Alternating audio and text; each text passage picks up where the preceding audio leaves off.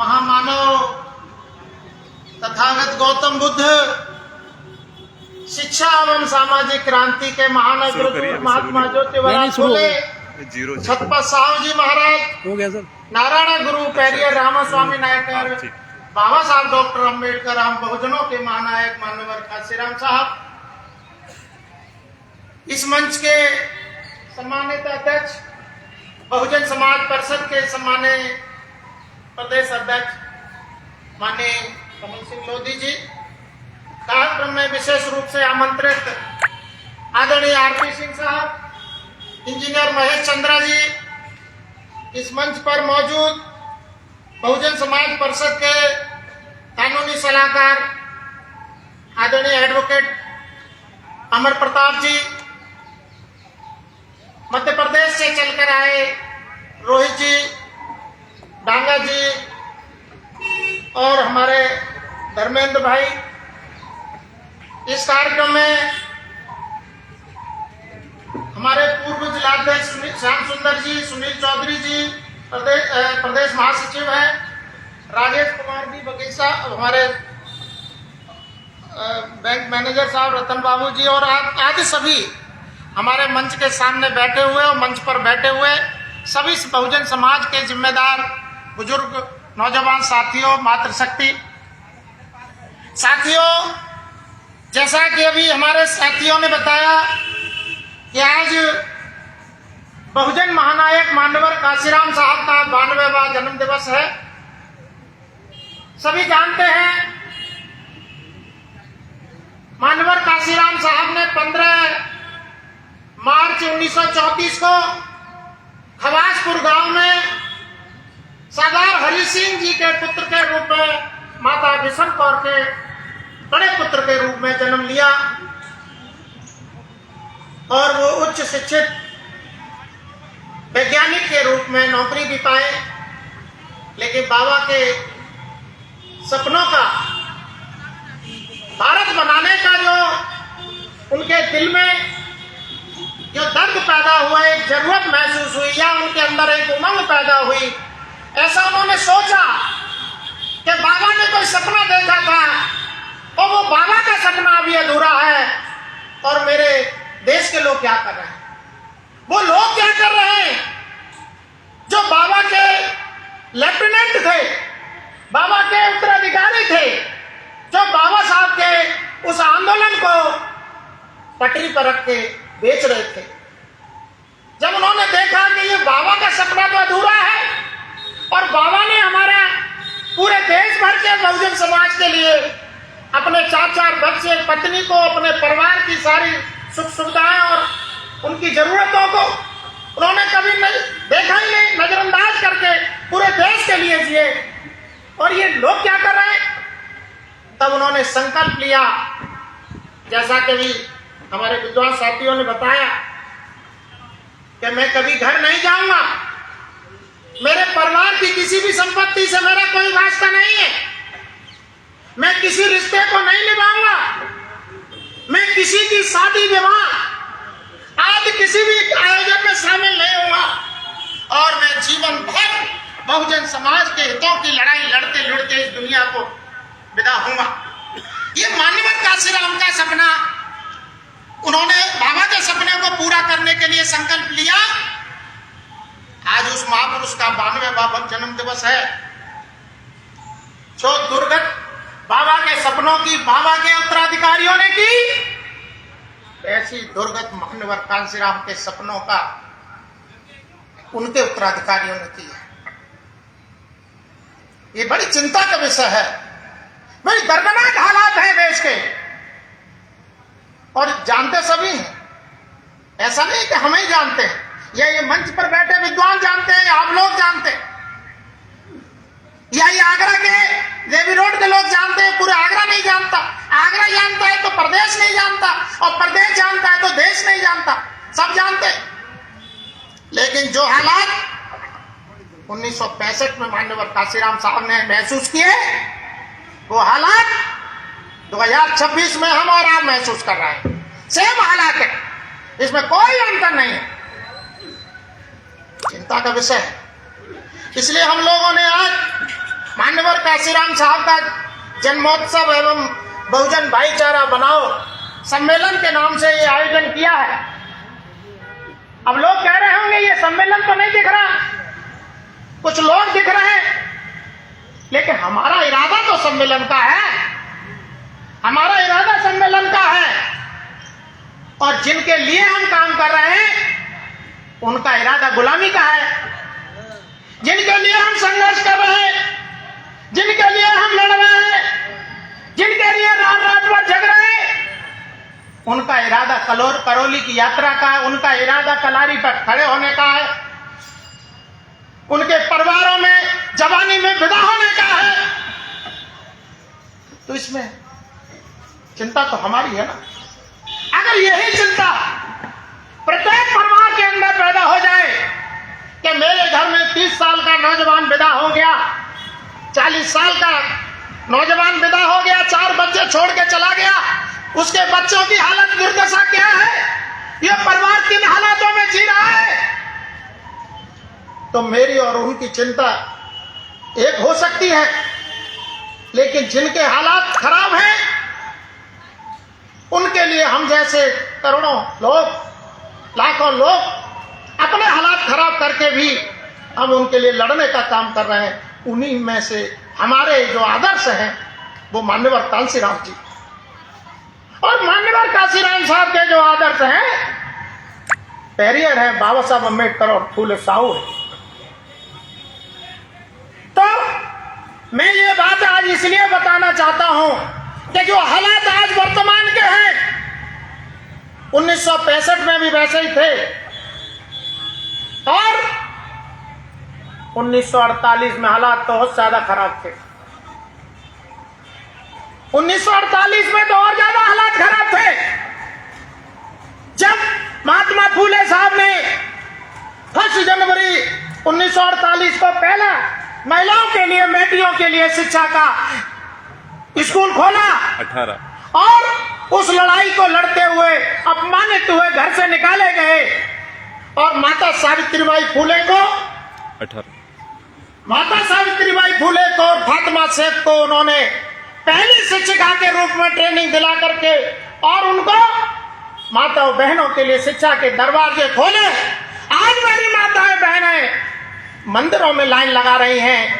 जिन माताओं बहनों को जिंदा रहने का अधिकार महात्मा फूले साहब ने, माता सावित्रीबाई ने दिया, उन माताओं बहनों के दिमाग का क्या हो गया है मैं समझ नहीं पा रहा हूं। ये बुरे हालात हैं। 1948 से लेकर के 1848 से लेकर के 1882 तक जब महात्मा फूले साहब के संघर्ष रंग लाया, जब हंटर कमीशन बना और उस हंटर कमीशन को आज हम पढ़े देखे विद्वान साथी जाने, आज हंटर कमीशन की देन है कि दुनिया भर के विश्वविद्यालय और विश्वविद्यालय आयोग, ये जो यूजीसी पर जो दंगा नाच हो रहा है, ये हंटर कमीशन के कारण आज यूजीसी भी है। हंटर कमीशन क्यों आया, कहां से आया? अभी लोग मंडल कमीशन जानते हैं, साइमन कमीशन जानते हैं, लोग हंटर कमीशन नहीं जानते। जहां से हमारे दरवाजे, मैं मानता हूं 6 दिसंबर को हमने कहा था इसी मंच से, लॉर्ड मैकॉले ने हमारे लिए कानून बनाया, शिक्षा के लिए पॉलिसी बनाई, लेकिन हंटर कमीशन ने हमारे लिए एक सिस्टम बनाया। जो सिस्टम बनाया उसी की देन है कि हमारी महिलाओं को, हमारे भाइयों को, बच्चों को जगह जगह पर, गांव में, देहात में, मोहल्ले में, गली में, बड़े बड़े शहरों में, यूनिवर्सिटियों में जो शिक्षा मिली, बड़े बड़े ज्ञानी लोग हम जैसे बेवकूफों को ज्ञान देते हैं कि अभी तुम पढ़े लिखे ज्यादा नहीं हो, बहुत बड़े विद्वान नहीं हो अभी तुम। हम कहते भाई बात तो बिल्कुल सही कह रहे हैं आप, विद्वान तो हम बिल्कुल भी नहीं है, लेकिन आप जैसे विद्वान काम नहीं कर रहे तो हम जैसे बेवकूफ लोग गाल बजाने के लिए कुछ न कुछ तो कर ही रहे। अगर विद्वान लोग काम करें तो हम जैसे काई को गली गली भटके, हम भी कहीं ना कहीं अपने जुगाड़ बना दी कर लिए होते। तो लोग जो विद्वान लोग हैं वो काम नहीं कर रहे, तो फिर हम जैसे बेवकूफ लोग भी कुछ न कुछ कर रहे हैं। तो मेरा आप लोगों के माध्यम से आज मानवर काशीराम साहब के 92वें जन्म दिवस के इस जन्मोत्सव एवं बहुजन समाज भाईचारा बनाओ सम्मेलन के इस मानवतावादी आंदोलन के इस एक छोटे से कार्यक्रम में आप सभी विद्वान साथियों के सामने मेरा एक निवेदन है कि हम लोग जो काम कर रहे हैं उसका इतना बड़ा असर तो हो गया है, क्योंकि हमारा दुश्मन, एक मिनट बाबूजी मेरी तरफ देख के, हमारा दुश्मन भी हमको टेस्ट करता है। उसने यूजीसी में हमको टेस्ट किया है और हम पास हो गए। उसने यूजीसी में हमको टेस्ट किया, हम पास हो गए। मान्यवर काशीराम साहब ने अभी बताया, हमारे श्याम सुंदर जी के 4 टैबलेट बनाई बाबा साहब ने, और 4 टैबलेट को डाल करके बड़ा इंजेक्शन काशीराम साहब ने बनाया और पूरे राष्ट्रव्यापी आंदोलन चला करके पूरे देश के बहुजन समाज में ठोक गए। अब वो ठोका हुआ इंजेक्शन आज यूजीसी इंजेक्शन बन गया है और इस देश का मनुवाद सो नहीं पा रहा। इस देश का मनुवाद सो नहीं पा रहा है। उनकी नींदें गायब हो गई हैं। उनके जो वेद और दुनिया भर के ग्रंथ थे, जो कपोल कल्पित ग्रंथ बनकर तैयार हुए, आज वो रखे रखे कांप रहे हैं। और अब वो कह रहे हैं कि कब हमें आग लगा दिए जाए कोई पता ही नहीं। जैसे कि बाबा साहब ने मनुस्मृति में आग लगाई थी 25 दिसंबर को, तो ये लोग मनुवादी लोग गांधी के पास गए कि भाई उन्होंने तो हमारे धर्म ग्रंथ को आग लगा दी, तो क्या करें, कोर्ट जाए। तो गांधी ने कहा कि एक बात ध्यान रखना, तो वो वकील बहुत बड़ा है, अगर तुम कोर्ट चले गए तो उसने गलती भी तुमने कर दी तो जितने तुम्हारे धर्म ग्रंथ है सब में आग कोर्ट लगवा देगा। अभी तो उसने एक धर्म ग्रंथ में आग लगाई है और तुम कोर्ट चले गए तो वो सारे धर्म ग्रंथों में आग लगवा देगा। मैं दावे के साथ कह रहा हूं, ये कांशीराम के इंजेक्शन की ताकत है। यूजीसी के मारे इनकी नींद हराम है। यूजीसी इंजेक्शन किसने बनाया? यूजीसी तो एंटर कमीशन ने बनाया, ये उसी की देन है। लेकिन इंजेक्शन किसने? मोदी ने बनाया। और वो टेस्ट हमारा लिया और हम हो गए पास कि कांशीराम जी का जो इंजेक्शन था पूरे देश में चीख रहा है कि बहुजन समाज एक हो और एक होगा यूजीसी का समर्थन के लिए। अभी एक विद्वान साथी आगरा में आए थे 2023 में, मेरे यहां रुके थे 15 दिन। बहुत बड़े विषयों पे उनसे काफी चर्चा हुई, ओबीसी के साथी थे। उन्होंने कहा, दिनेश गौतम साहब बाकी तो सब बढ़िया है, ये बहुजन समाज परिषद के नाम से कुछ और सब नाम रखो। बोलो क्यों? यार बहुजन से अब लोगों को नफरत हो गई है। क्योंकि वामसेप के साथी थे, उन्होंने बोले कि मैंने भी पूरा जीवन लगा दिया, अब बहुजन से लोग नफरत करने लगे। मैंने कहा भाई नफरत जिसके कारण है उससे नफरत करो, बहुजन से नफरत क्यों कर रहे हो? बहुजन से नफरत मत करो। बहुजन कांशीराम का इंजेक्शन है और बाबा साहब के 4 टैबलेट वहां में पड़े हुए हैं। नफरत जिससे करनी है उससे करो। फिर मैंने उनको काफी विस्तार से समझाया, मैं आपको ज्यादा दिन नहीं लगाएंगे, मेरे 2 साल में इस देश में बहुजन की चिंगारी नहीं लगी तो दिनेश गौतम मत कहना मुझे। मैंने उनसे बोला 2023 में आए थे, मेरे घर पर रुके 15 दिन और उनको मैंने बोला 2 ही साल तो हुए अभी, क्या बहुजन से अब नफरत हो रही है क्या? आज बहुजन की चिंगारी, बहुजन की आवाज पूरे भारत में बुलंद हो रही है। क्यों जी बाबू जी? ये कांशीराम का करिश्मा है। कुछ दिन पहले लोग कांशीराम से नफरत कर रहे थे। 2007 में एक आगरा में संगठन बना था, हमारे ही साथियों ने बनाया था, मुझे भी कह रहे थे उसमें शामिल कर लो।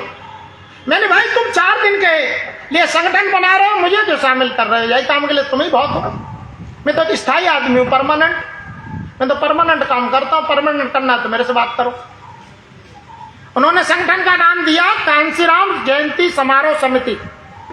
सुन लीजिए आगरा के लोग, मेरे क्षेत्र के लोग भी, आप लोग बैठे हैं। संगठन का नाम क्या?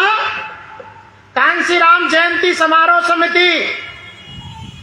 आजकल कहीं सुनने हो क्या? कब बना था? 7 में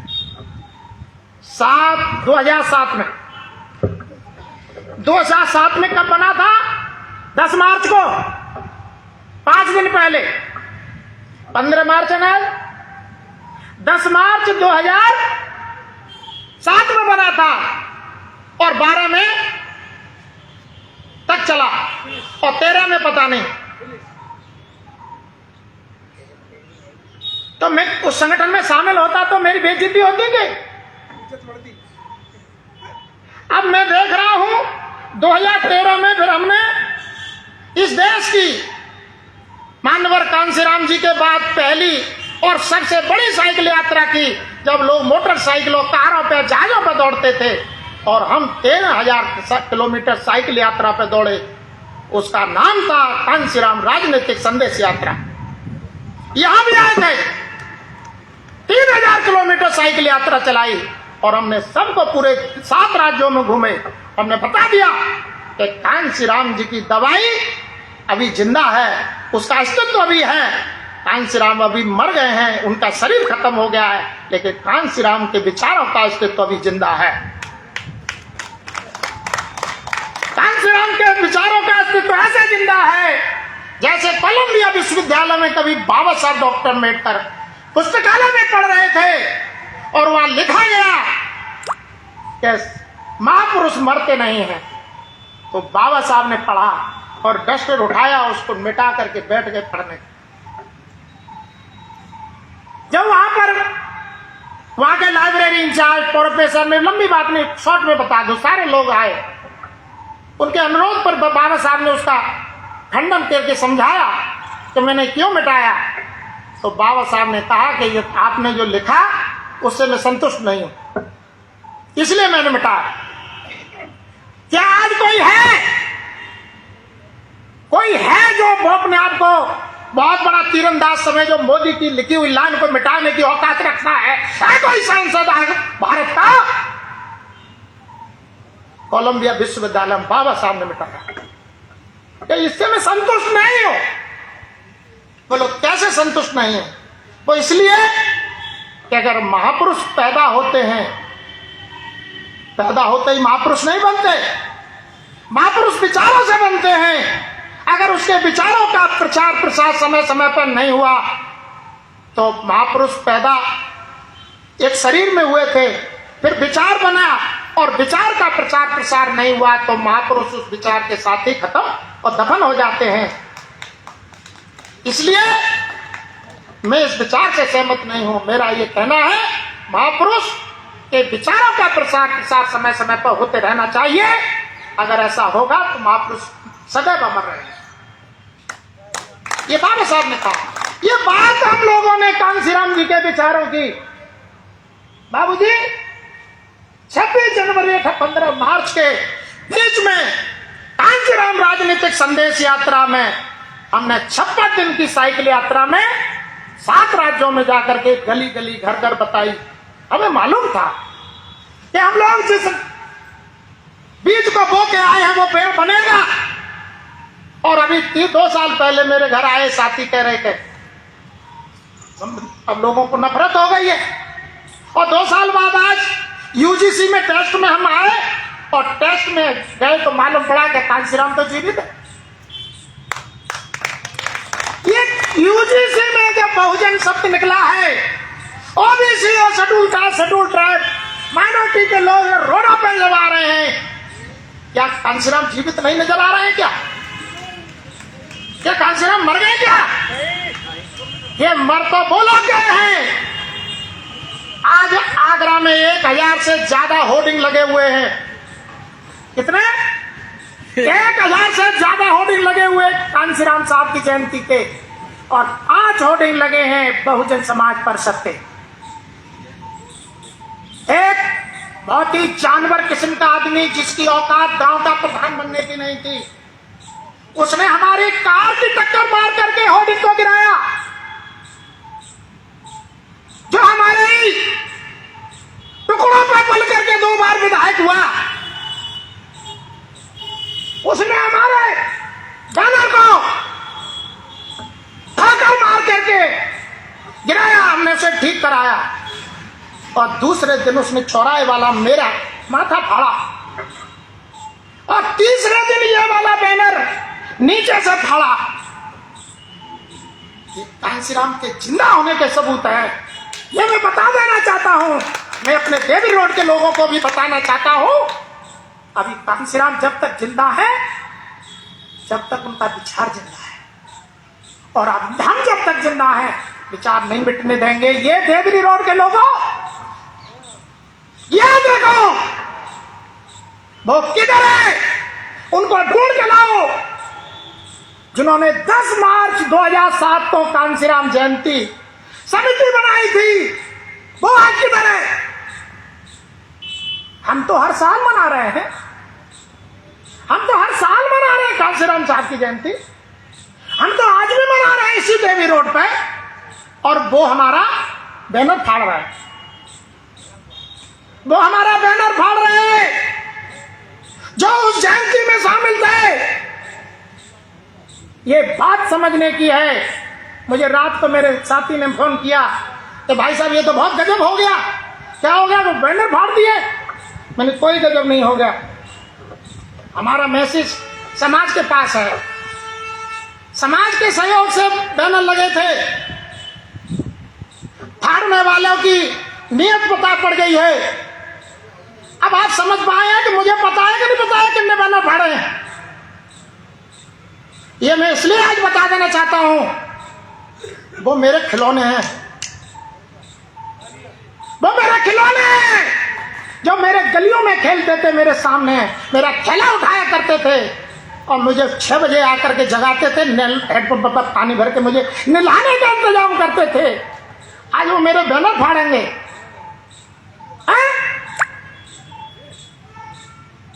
कोई दिक्कत नहीं है, कोई दम नहीं है। मुझे इस बात की प्रसन्नता है, मुझे इस बात का गर्व है कि मैं किसी मनुवादी का चमचा नहीं हूं, मैं कांसीराम का सिपाही हूं।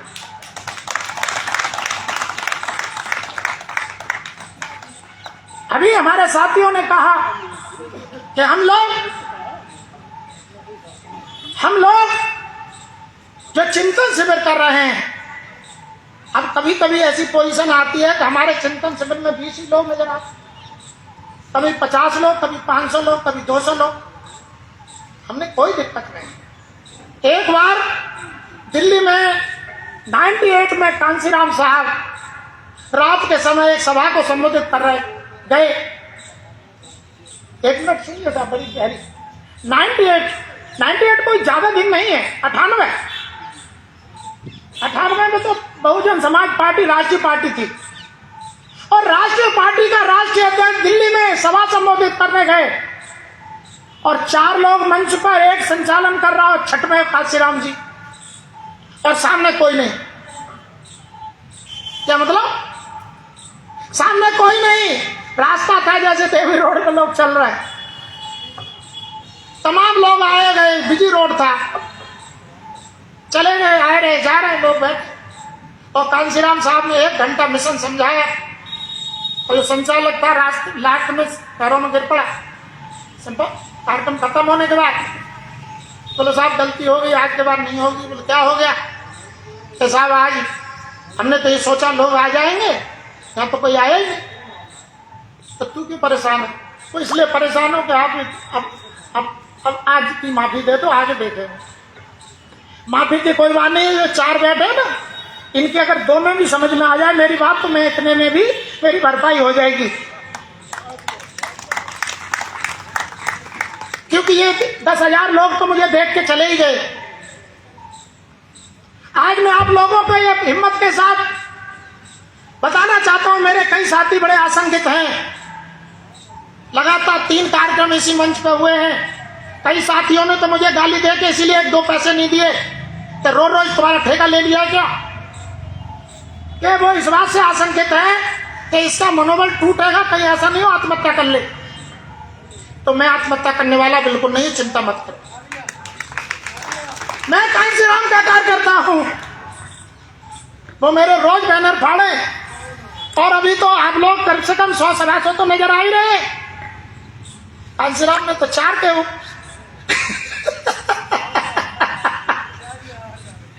कांशीराम साहब ने तो 4 को भी विचारों से संबोधित किया और गर्व के साथ, और वो अपने घर गए। तो मैं खुशी खुशी अपने घर जाऊंगा और मैं किसी बात की चिंता नहीं करता। अभी हमारे एक साथी बोल रहे, मध्य प्रदेश से आए हैं, नवजात बच्चे। मैं आप सबको साक्षी मान के ये बता देना चाहता हूं, इस देश भर के नवजात बच्चों को मैं कांशीराम मिशन सिखाने के लिए तैयार हूं, बसर वो तैयार हो जाए। उन सारे नवजात बच्चों को मैं मिशनरी नेता बना सकता हूं, बनाना चाहता हूं। मेरा लक्ष्य है 1 लाख लीडर इस भारत में पैदा करना। मैं गली मोहल्ले नगला टेकचंद की गली में रहता हूं, लेकिन मैं सिर्फ गली का आदमी नहीं हूं। मैं कश्मीर से कन्याकुमारी तक, उत्तर से भारत, दक्षिण से उत्तर से दक्षिण, दक्षिण से पूर्व का एक कांशीराम का राष्ट्रव्यापी सिपाही हूं। और हम लोग ये राष्ट्रव्यापी आंदोलन छेड़ चुके हैं। ये आप जो देख रहे हैं, ये जो बैनर है, इस पर लिखा है बहुजन समाज परिषद के द्वारा चलाए जा रहे राष्ट्रव्यापी आंदोलन की दिशा में बढ़ते हुए कदम। जब हमारे कदम बढ़ते हुए हैं तो हमारे कदम लड़खड़ाएंगे कैसे। नीचे लिखा है भारत देश की जनता को मुफ्त राशन की नहीं बल्कि शिक्षा का राष्ट्रीयकरण करके समान शिक्षा प्रणाली के आधार पर फ्री शिक्षा व्यवस्था, फ्री आवासीय शिक्षा व्यवस्था एवं शासन स्तर से बेहतर चिकित्सा और नशा मुक्त भारत तथा समान रूप से बगैर भेदभाव के न्याय एवं सुरक्षा, रोजगार के यातायात की साधनों की दरकार है। हमें 5 किलो राशन की जरूरत नहीं है। ये 5 किलो राशन हमारे देश की जनता को जबरदस्ती थोपा गया है। हम मोदी जी को कई बार ललकार तक बता चुके हैं, निवेदन भी कर चुके हैं, लेकिन मोदी जी अभी नहीं मान रहे। हमने 26 मई को ये ज्ञापन दिया था, ये 26 मई को ज्ञापन दिया था। इस पर प्रधानमंत्री जी ने चिट्ठी भेजी थी हमको, 20 जून को मेल की थी। प्रधानमंत्री जी के यहाँ से चिट्ठी आई थी, मेल आया था, और 22 जून को इसी मंच से हम ज्ञापन देने जा रहे थे, धरना प्रदर्शन कर रहे। तो 21 जून की रात को कोई प्रधानमंत्री जी ने हमारा धरना जबरदस्ती कैंसिल करा दिया, और 20 जून को हमें चिट्ठी भेज रहे हैं कि तुमने तुम्हारी समस्या समाधान कर दी। क्या प्रधानमंत्री जी अपने बराबर का दिमाग मेरा समझते हैं क्या? भाई तुम्हारा दिमाग ज्यादा बड़ा है, मैं बहुत छोटा आदमी हूं। क्या शिक्षा का राष्ट्रीयकरण इस चिट्ठी में हो गया है, वो मुझे पढ़ के बता सकता है क्या?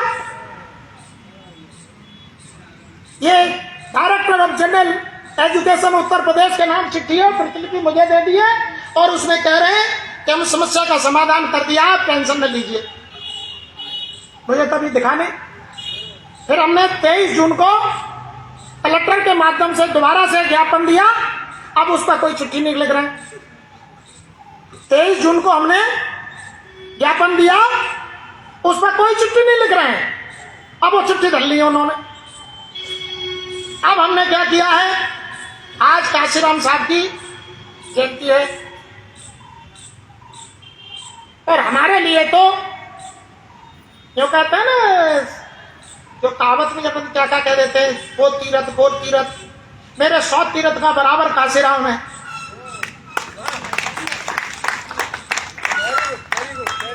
मेरे तो 100 तीरथ का बराबर कांशीराम है, और कांशीराम साहब का आज जन्मोत्सव है।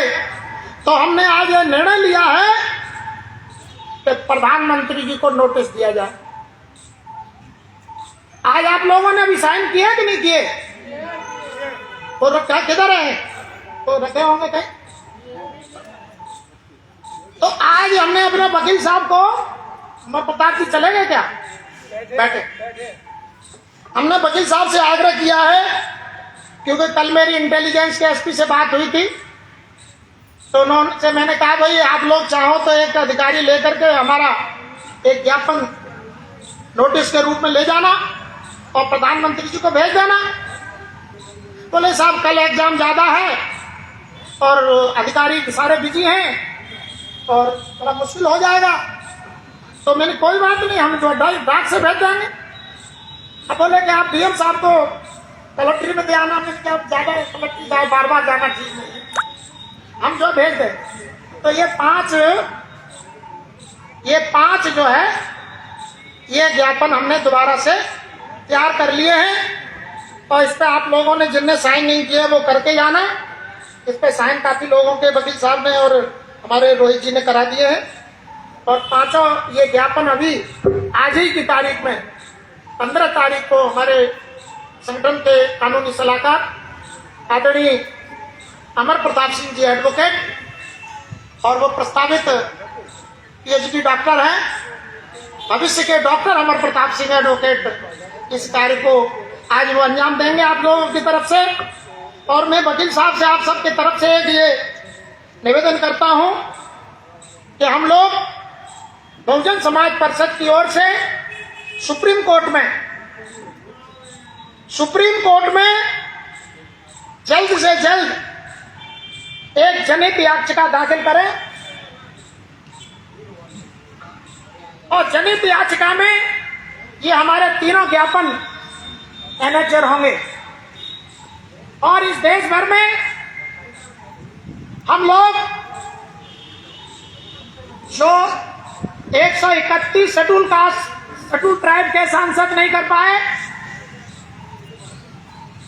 और लगभग उतने ही ओबीसी के सांसद करना नहीं चाहते, वो चाहे तो सरकार कल नीचे और ऊपर आगे और पीछे हो सकती है। वो काम बहुजन समाज परिषद के बेवकूफ लोग करेंगे।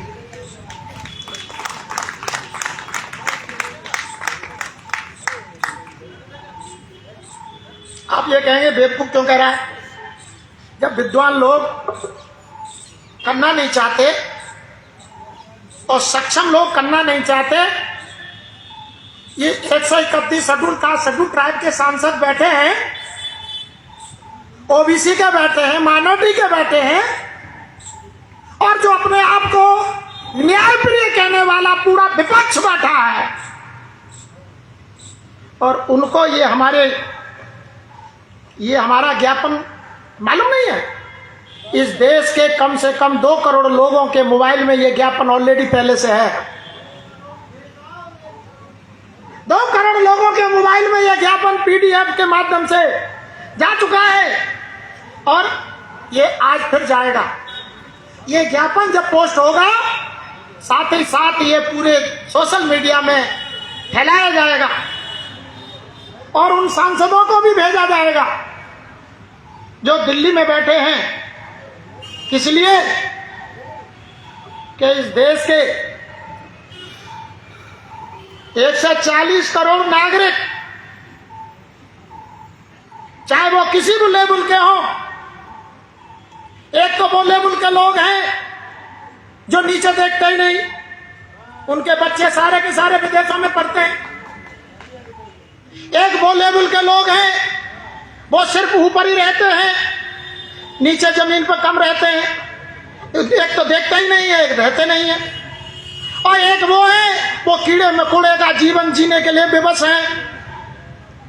हमारी ये इच्छा है, ये हमारा प्रयास है कि इस देश का आम नागरिक का बच्चा और खास नागरिक का बच्चा एक स्कूल में एक जैसी शिक्षा ग्रहण करेगा, तब तक ये लड़ाई जारी रहेगी। और ये कब होगा? किसी के घोषणा से नहीं होने वाला, न ये मोदी जी की ये चूरन वाली चिट्ठी से होने वाला। ये कब होगा कि पार्लियामेंट में विधेयक आएगा, पार्लियामेंट में एक विधेयक आएगा और विधेयक में इस देश में शिक्षा का राष्ट्रीयकरण करके समान शिक्षा प्रणाली के आधार पर समान रूप से बगैर भेदभाव के फ्री आवासीय शिक्षा व्यवस्था का एक साथ प्रबंध होगा। वो विधेयक आएगा और उसी विधेयक में दूसरा पॉइंट होगा फ्री उच्च स्तरीय सभी संसाधनों के साथ चिकित्सा का प्रबंध होगा और नशा मुक्त भारत होगा। करो और सभी के लिए जो संविधान में निहित है, सभी के लिए सुलभ रोजगार, समुचित रोजगार दीजिए। ये तुम्हारी जिम्मेदारी है। सभी को सुरक्षित सम्मानजनक यात्रा दीजिए। ये आर्टिकल 21 का एक ही आर्टिकल का काम है। ये सिर्फ एक ही आर्टिकल में बाबा साहब ने हमारे लिए जीवन का अधिकार दिया है और मेरे लिए नहीं दिया। राष्ट्रपति मुर्मू के घर के नाती पोतों के लिए भी है, आपके नाती पोतों बच्चों के लिए, मेरे घर के लिए भी, आपके लिए भी है, मोदी के लिए भी है, अडानी अंबानी के घर वालों के लिए भी है। सबके लिए आर्टिकल 21 में जीवन का अधिकार दिया हुआ है। अब बैठ जाओ यार, तुम शांति से, नाराज मत हो, शांति से बैठो। अच्छी बात है, तुम भाई हो हमारे। तो मेरा ये कहना है कि जब तक विधेयक नहीं आएगा और विधेयक लाया जाएगा, आएगा नहीं। एक लाइन लिखी है हमने, संवैधानिक मौलिक अधिकार मांगने से प्राप्त नहीं होंगे बल्कि संघर्ष से हासिल करने पड़ेंगे। और मोदी जी हम कटोरा उठाने वाले भी नहीं है, हम कटोरा लेके तुम्हारे यहाँ भीख मांगने वाले भी नहीं है। बाबा साहब ने संपूर्ण भारत देश के समस्त नागरिकों के लिए आर्टिकल 21 में जीवन का अधिकार दिया है और आपको प्रधानमंत्री देश की जनता ने बनाया है। लोकतांत्रिक तरीके से बने हो, तुम कोई राजा नहीं हो हमारे जो सिर्फ हुक्म दोगे और मानोगे नहीं। हम उतार देंगे आपको नीचे, हम आपको नीचे उतार देंगे।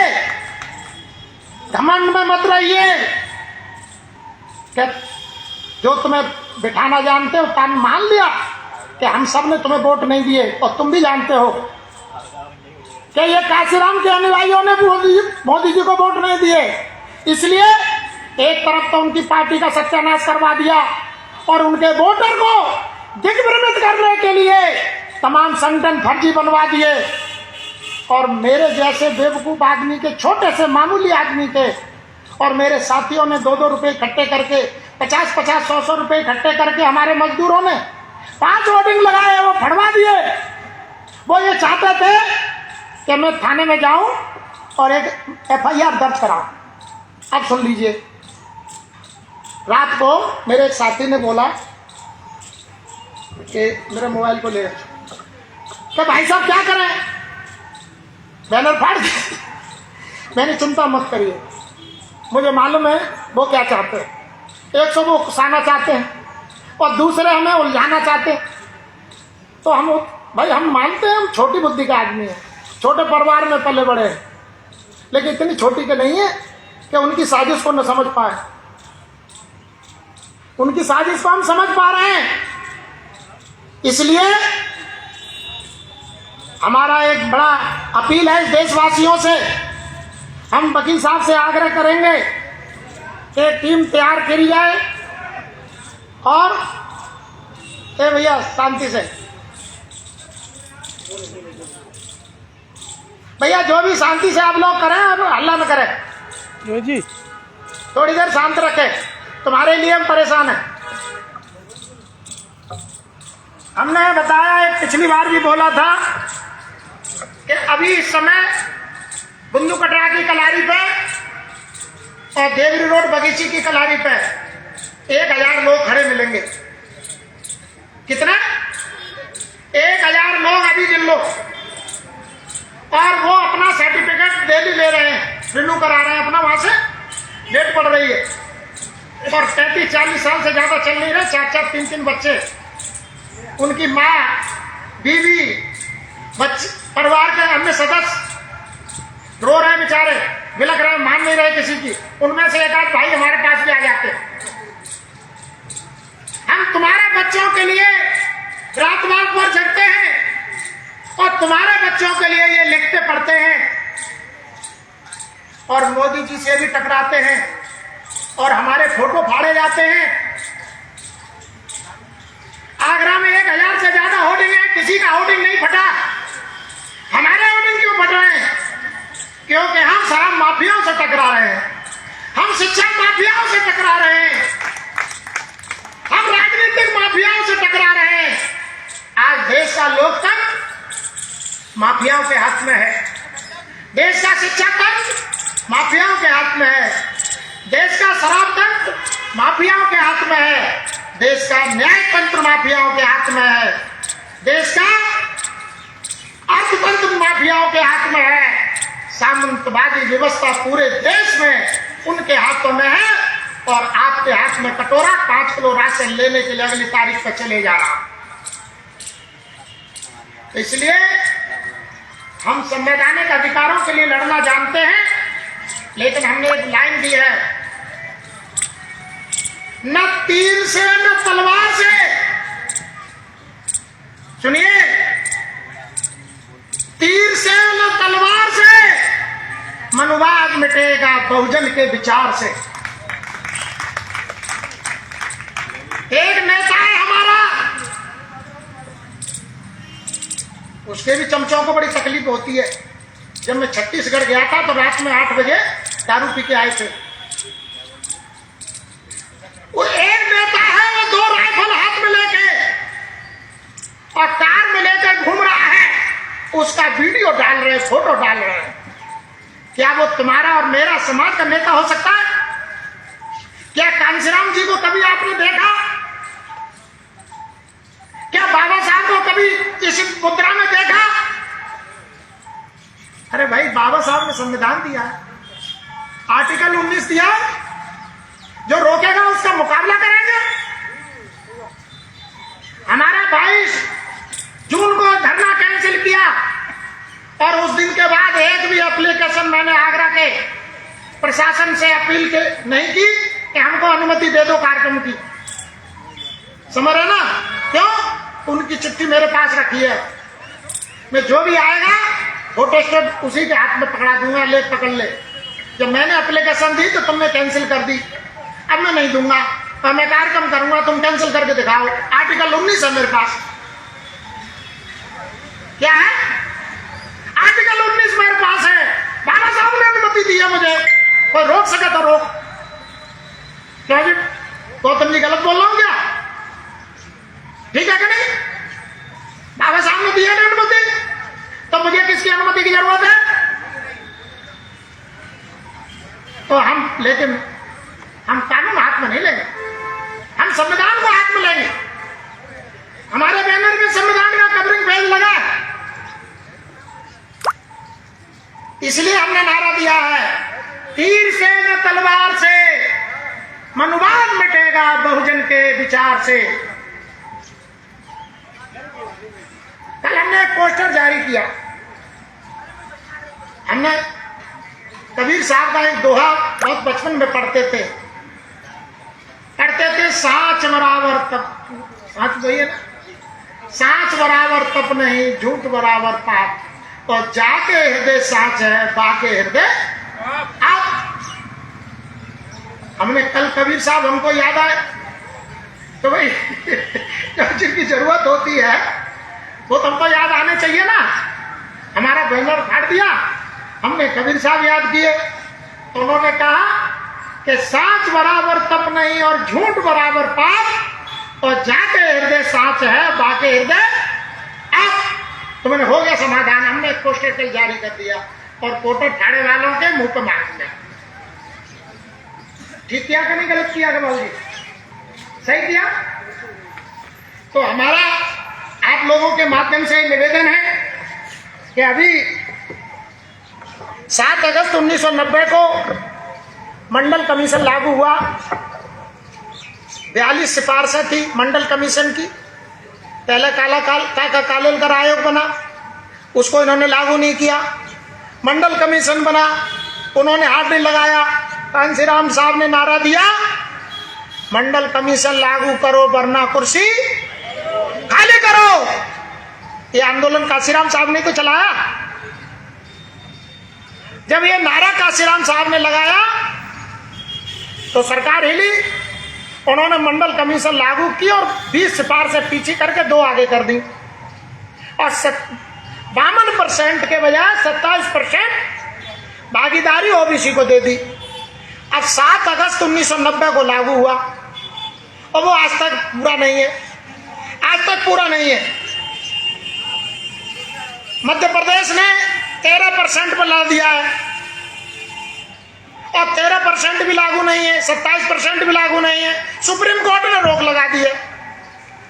तो हमारे देश में न्याय, मैंने अभी क्या बोला, न्याय माफिया, न्याय भी माफियाओं के हाथ में। संविधान में न्याय की व्यवस्था है और सुप्रीम कोर्ट, हाई कोर्ट ये अपने तरीके से भी न्याय दे रहे हैं। क्या संवैधानिक तरीके से न्याय होना चाहिए कि अपने तरीके से होने चाहिए? तो गलत हो रहा है। तो हमारा यहाँ ये निवेदन है कि जो लोग लेटरल एंट्री से, बैकडोर से ओबीसी और शेड्यूल कास्ट के हकों पर डाका डाल रहे हैं, ऐसे लोगों को बेनकाब करने के लिए ये बहुजन समाज परिषद बनाया गया है। मेरे देश भर के बहुजन समाज के साथियों, जागरूक साथियों, अपने घरों में से निकलो, माता बहनें निकलो, तुम्हारे बच्चों के लिए, बुजुर्गों के लिए, सबके लिए मान और सम्मान से जीवन जीने के लिए हम लोगों ने लड़ाई छेड़ दी है। आप लोग अब पीछे क्यों हैं?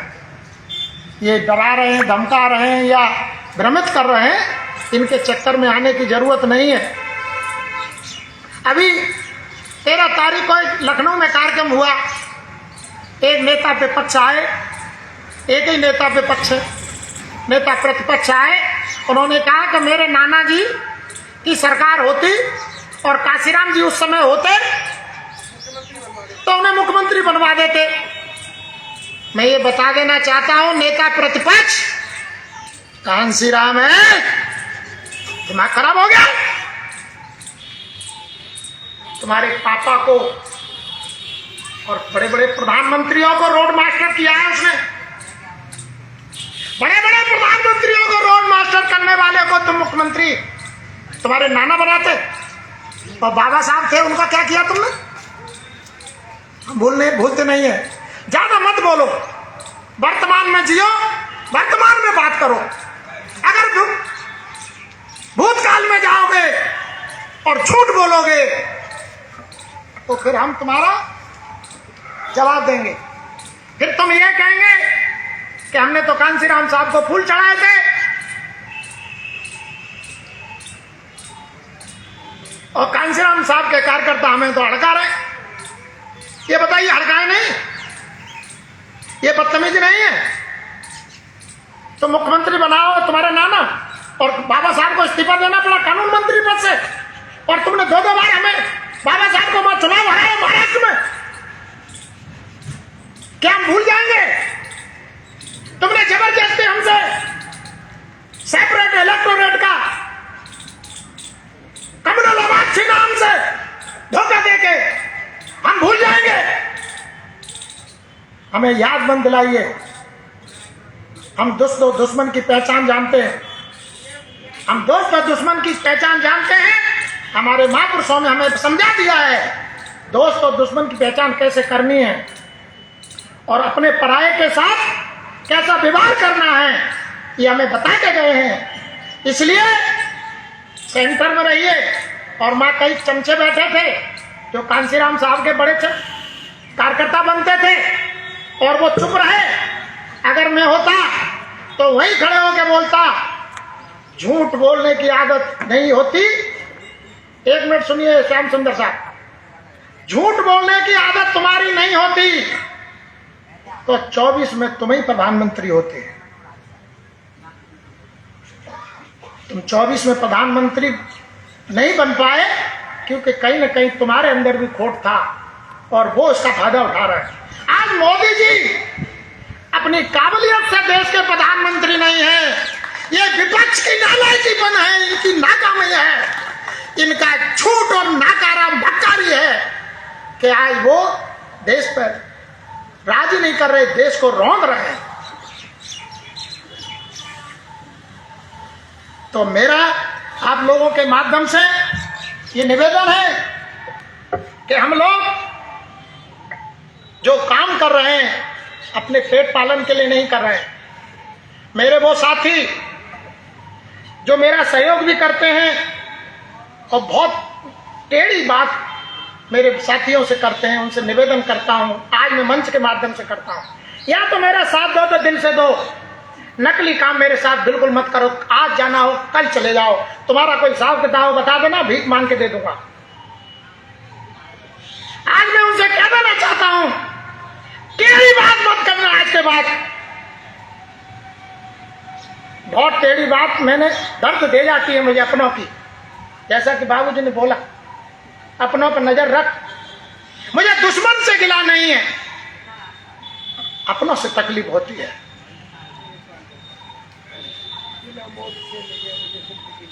तो इसलिए आप लोग कम से कम अच्छी साथ नहीं दे सकते तो अच्छी बात तो करो, और अच्छी बात नहीं कर सकते तो चुप रहो। भाई कम से कम इतना तो मत करो कि इतना दर्द दे दो, दवा दे नहीं रहे, दर्द दे रहे हो, तो दवा मत दो, तुम दर्द मत दो कर, क्योंकि वो अपना होता है, उसका दर्द ज्यादा गहरा असर करता है। तो मैं अभी हम लोगों ने ये जो ज्ञापन ये जो हैंडबिल जारी किया था, कई लोगों ने तो मेरे को बोला काशीराम साहब की जयंती है, दुनिया भर के इसमें तुमने ये आर्टिकल 19, 24 और ये 21 ये सब खोल दिए, इसमें इतने नाम लिख दिए। तो मैंने यार लिख तो दिए हैं, अब कांशीराम साहब की तो ऊपर की एक ही लाइन काफी है। क्यों? ये वो तो कांशीराम साहब का ही तो मिशन है ये सब। आज हम ये जो 3 बैनर लगे, एक तो कार्यक्रम का ही मूल बैनर है, ये हमारा कांशीराम साहब के विचारों को समझाने का, ये बहुजन चिंतन शिविर बताने का ये बैनर है, और इस देश में नशा मुक्त भारत करने के लिए और शिक्षा का राष्ट्रीयकरण करके सभी के लिए आवासीय शिक्षा व्यवस्था, बेहतर चिकित्सा के लिए जो हम आंदोलन चला रहे, राष्ट्रव्यापी आंदोलन, ये उसका बैनर है।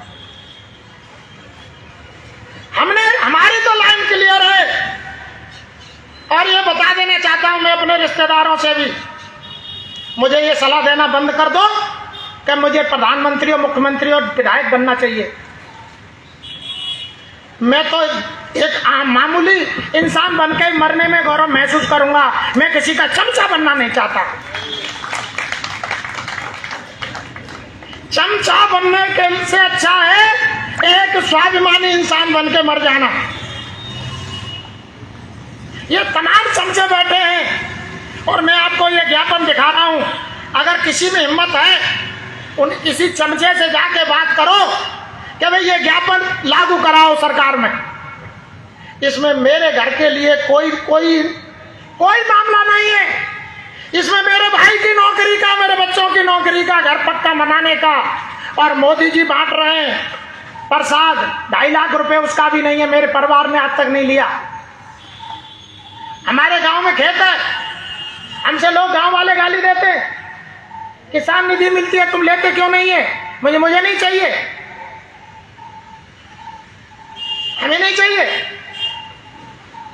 तो भाई हम ये चाहते हैं कि जो 131 शेड्यूल कास्ट और शेड्यूल ट्राइब के सांसद बैठे हैं और ओबीसी के बैठे हैं, और बाबा साहब ने कहा था 25 सितंबर 1932 को कि गांधी जी और उनकी टीम ने सेपरेट इलेक्टोरेट का जो अधिकार में अपने 4 बच्चों की कुर्बानी देके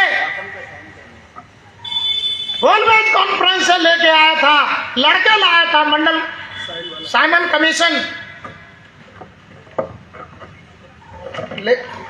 साइमन कमीशन से लड़के अपना मेमोरेंडम देके, अपना बात करके जो सेपरेट इलेक्टोरेट का अधिकार लाया था वो तुमने छीन लिया है। और मुझे मालूम है कि तुमने जो आरक्षण का जो कटोरा हमारे हाथ में दिया है, अब हमारे समाज में लीडर पैदा नहीं होंगे। कब कहा था? 25 सितंबर 1932 को किसने? बाबा साहब डॉक्टर अम्बेडकर ने कहा था कि अब मेरे समाज में लीडर पैदा नहीं होंगे, अब मेरे समाज में मजल डॉग पैदा होंगे, मुंह पर पट्टी बंधे कुत्ते पैदा होंगे जो न भौंक सकेंगे न काट सकेंगे। अब वो मेरे समाज के और मेरे किसी काम के नहीं होंगे। ये बाबा साहब ने कहा। अगर ये आज की बात हम अगर अब वर्तमान में देख रहे हैं तो वो तो बाबा साहब की बात, वो वाली बात अभी भी ऐसी नजर आ रही है कि अभी वालों के लिए कहा। सही बात है, ऐसी लग रही है कि जो अभी बैठे जो है उनके लिए भी कहा है। बिल्कुल सही है। इनके भी तो हालात वैसे ही हैं। अब वो हमसे बोल रहे हैं, जो डाका डालने वाले लोग बोल रहे हैं, हमारे अधिकारों पर डाका डाल रहे हैं, वो बोल रहे हैं कि हम आरक्षण दे रहे हैं। तुम होते कौन हो देने वाले? तुम लुटेरे लोग हो। तुमने तो सदियों से लूटा है हमको, हमारे अधिकारों को लूटा है तुमने, संवैधानिक अधिकारों को। तुम भारत की आजादी से बाद से लेकर के 26 जनवरी 1950 से लेकर के तुम हमसे लूटी तो रहे हो। तुम होते कौन हो देने वाले? अरे हमारा संविधान लागू करो, दूध का दूध पानी पानी हो जाएगा।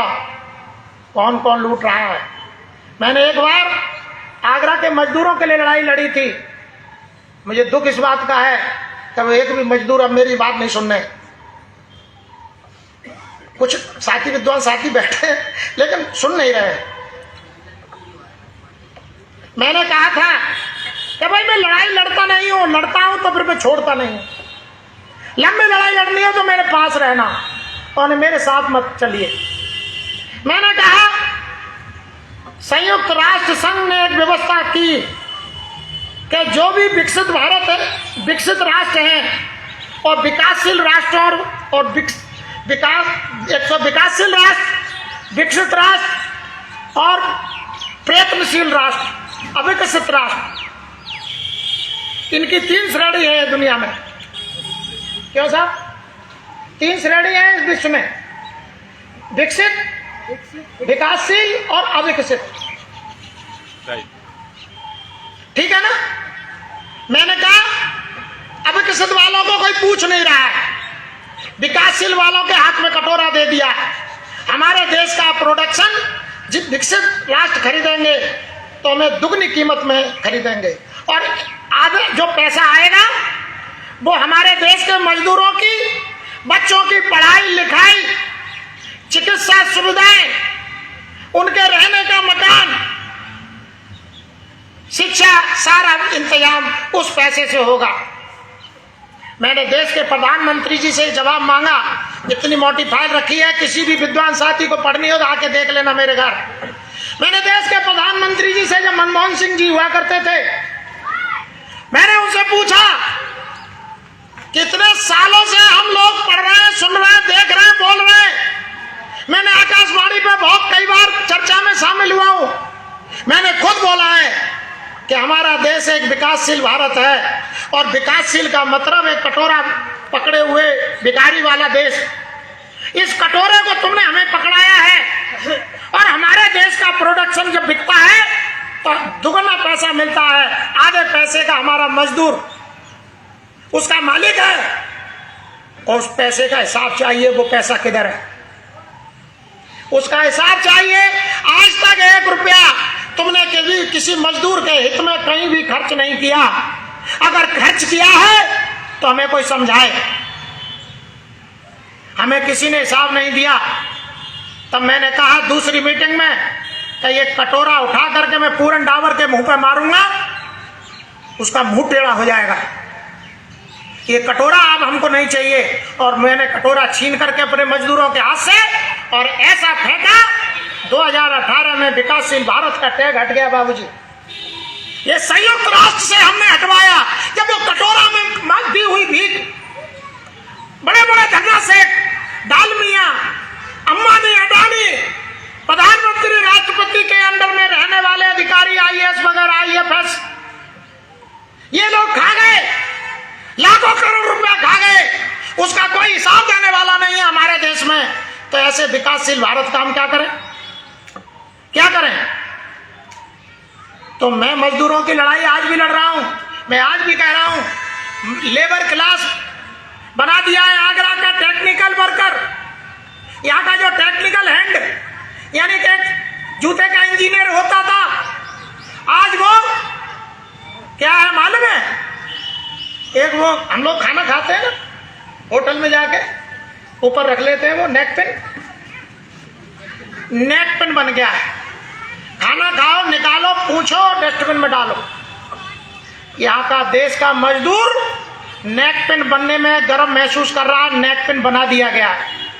और कोई भी समझदार व्यक्ति अगर इनके लिए बात करता है, इनके बच्चों के हित के लिए, इनके लिए लड़ता है, नशा मुक्त भारत की बात करता है, न उनकी विधवा महिला आती है, न विधवा होने वाली महिलाएं आती हैं, न विधवा के लिए मतलब मरे हुए बेटे के लिए रोने वाली माँ आती है, न पीड़ित भूख प्यास से पीड़ित बच्चे वो आते हैं कि हमारे हक और अधिकारों के लिए बात हो रही है, कम से कम बोल तो रहे हैं। कोई तो बोल भी नहीं रहा, हम बोल नहीं रहे, हम तो लिख भी रहे। अब प्रधानमंत्री जी को मजबूर होना पड़ रहा है हमें चिट्ठी लिखने के लिए। ये प्रधानमंत्री के कार्यालय की चिट्ठी है, तो हम कुछ कर रहे हैं कि नहीं कर रहे हैं? लेकिन हमारा आदमी कहां जा रहा है बेवकूफ बनने के लिए? कल हम देख रहे सैकड़ों लोग पैदल घूम रहे हैं वहां के लिए, गए, आज भी गए, रोज जा रहे हैं। तो हमारा तो ये निवेदन है, जो बर्बाद हैं उनकी आंखों में शर्म हो न हो, लेकिन हमारी आंखों में शर्म है। हम जब तक जिंदा हैं उन बर्बाद परिवारों के लिए लड़ेंगे, हम लड़ेंगे उनके लिए। मैं अपने भाइयों से भी कई बार कह देता हूं कि अपील भाषा में हम ऐसे ही बात करेंगे, हम कभी शिकायत नहीं करेंगे। क्यों? तो हमारी कोई अपील ही नहीं सुनना तो हमारी शिकायत कौन सुने? हमारी अपील को अगर सुन ले तो शिकायत किसको करनी पड़ेगी? किसी को नहीं करनी पड़ेगी। ये भीम बाटिका जो आप बैठे हैं ना, ये बाबूजी बैठे हैं गौतम जी, कल मैंने बोल दी, इनको बहुत गुस्सा आया। जो तत्कालीन विधायक हैं यहाँ के, मैंने बोलना नहीं चाह रहा, आपकी वजह से बोल रहा हूं। इस बाबा साहब की मूर्ति को तोड़वाने के लिए डीएम साहब क्या मुझे बैठे मिले थे। बाबूजी सुन लिया मेरी बात, मैं डंके की चोट पे बोलता हूं, मेरे कोई गम नहीं है किसी बात की। तत्कालीन विधायक जो है डीएम साहब की कोठी पे बैठे मिले थे यहाँ के मनुवादियों के साथ के बाबा साहब की मूर्ति को उखाड़ो, और डीएम और एसएसपी और नगर आयुक्त को पार्टी बना करके कंटेम्प्ट कोर्ट, हाई कोर्ट लगाए हुए थे और चिट्ठी हाथ में रखी। तो मैंने कहा भाई डीएम साहब, तुम में और एसएसपी में और इनमें हिम्मत है तो जाओ बाबा साहब को उखाड़े आओ। अरे भैया उखाड़ने की बात नहीं है, हम तो तुम्हें इसलिए बुलाया है, कोई रास्ता निकालो। तो फिर इन्हें भेजो जो बाबा साहब की मूर्ति उखाड़ना चाहते हैं। नहीं तो तुम्हारी समस्या का तो हम समाधान करेंगे, डीएम एसएसपी तुम हमारे हो। उनका समाधान हमने किया था कि बता देना चाहता हूं।